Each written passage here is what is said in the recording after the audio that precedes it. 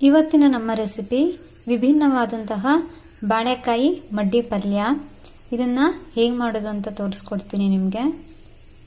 ಬಾಳೆಕಾಯಿ ಮಡ್ಡಿ ಪಲ್ಯಕ್ಕೆ ಬೇಕಾಗಿರೋ ಇಂಗ್ರೀಡಿಯೆಂಟ್ಸ್ ಯಾವುದು ಅಂದರೆ 2 ಬಾಳೆಕಾಯಿ, ನೆಕ್ಸ್ಟು ಒಂದು 7ರಿಂದ 8 ಸಣ್ಣ ಮೆಣಸು ಅಥವಾ ಜೀರಿಗೆ ಮೆಣಸು, ಒಂದು 7ರಿಂದ 8 ಕರಿಬೇವಿನ ಎಲೆ.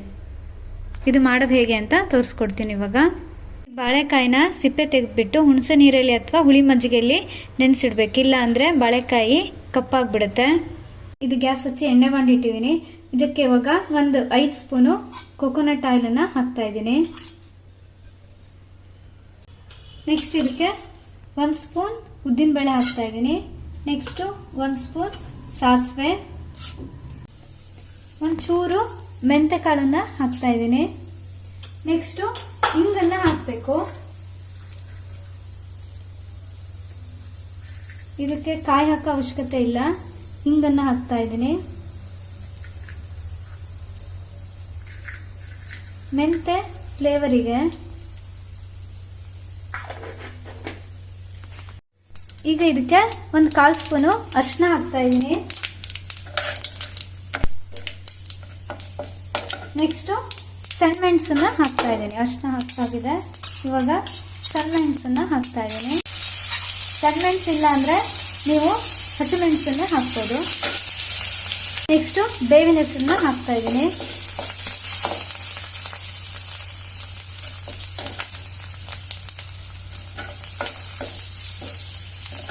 ಇವಾಗ ಹುಣಸೆ ನೀರಲ್ಲಿ ನೆನೆಸಿಟ್ಟಿರೋ ಬಾಳೆಕಾಯಿನ ಹಾಕ್ತಾ ಇದ್ದೀನಿ. ಸಣ್ಣಕ್ಕೆ ಹೆಚ್ಕೊಂಡಿದ್ದೀನಿ ಇದನ್ನ.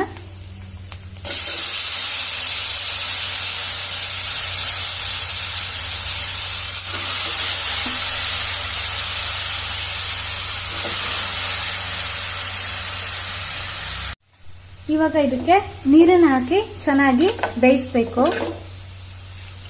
ನಾ ಇಲ್ಲಿ ಒಂದು 2 ಲೋಟ ನೀರು ಹಾಕ್ತಾ ಇದ್ದೀನಿ. ಚೆನ್ನಾಗಿ ಬೇಯಬೇಕು.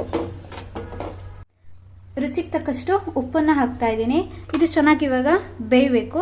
ಸ್ವಲ್ಪ ಅರ್ಧ ಬೇಯ್ದಿದೆ ಅನ್ನೋಷ್ಟರಲ್ಲಿ ಇದಕ್ಕೆ ನಿಂಬೆ ರಸನ ಆ್ಯಡ್ ಮಾಡಬೇಕು. ಇವಾಗ ಚೆನ್ನಾಗಿದು ಬೇಯಲಿ. ಇದು ಚೆನ್ನಾಗಿ ಬೆಂದಿದೆ. ಇದಕ್ಕೆ ಇವಾಗ ನಾನು ಅರ್ಧ ಕಡಿ ನಿಂಬೆ ರಸ ಹಿಂಡ್ತಾ ಇದ್ದೀನಿ.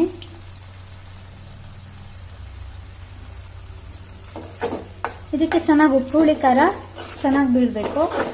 ಆಗಿದೆ, ಆಲ್ಮೋಸ್ಟ್ ಆಗಿದೆ ಪಲ್ಯ. ನೋಡಿ, ಚೆನ್ನಾಗಿ ಕನ್ಸಿಸ್ಟೆನ್ಸಿ ಈ ತರ ಇರಬೇಕು. ತುಂಬಾ ಚೆನ್ನಾಗಾಗುತ್ತೆ ಇದು. ಉಪ್ಪು ಹುಳಿ ಖಾರ ಚೆನ್ನಾಗಿದ್ರೆ ಅನ್ನಕ್ಕೆ ತುಂಬಾ ಟೇಸ್ಟಿಯಾಗಿರುತ್ತೆ ಇದು. ಇದನ್ನೊಂಚೂರು ಆಗ್ಲಿ, ನಾನು 5 ಮಿನಿಟ್ಸ್ ಆಗಿದೆ. ಇವಾಗ ಇದು ಗ್ಯಾಸನ್ನ ಆಫ್ ಮಾಡ್ತಾ ಇದ್ದೀನಿ. ಇದಕ್ಕೆ ಕಾಯಿ ಕೂಡ ಬೇಡ.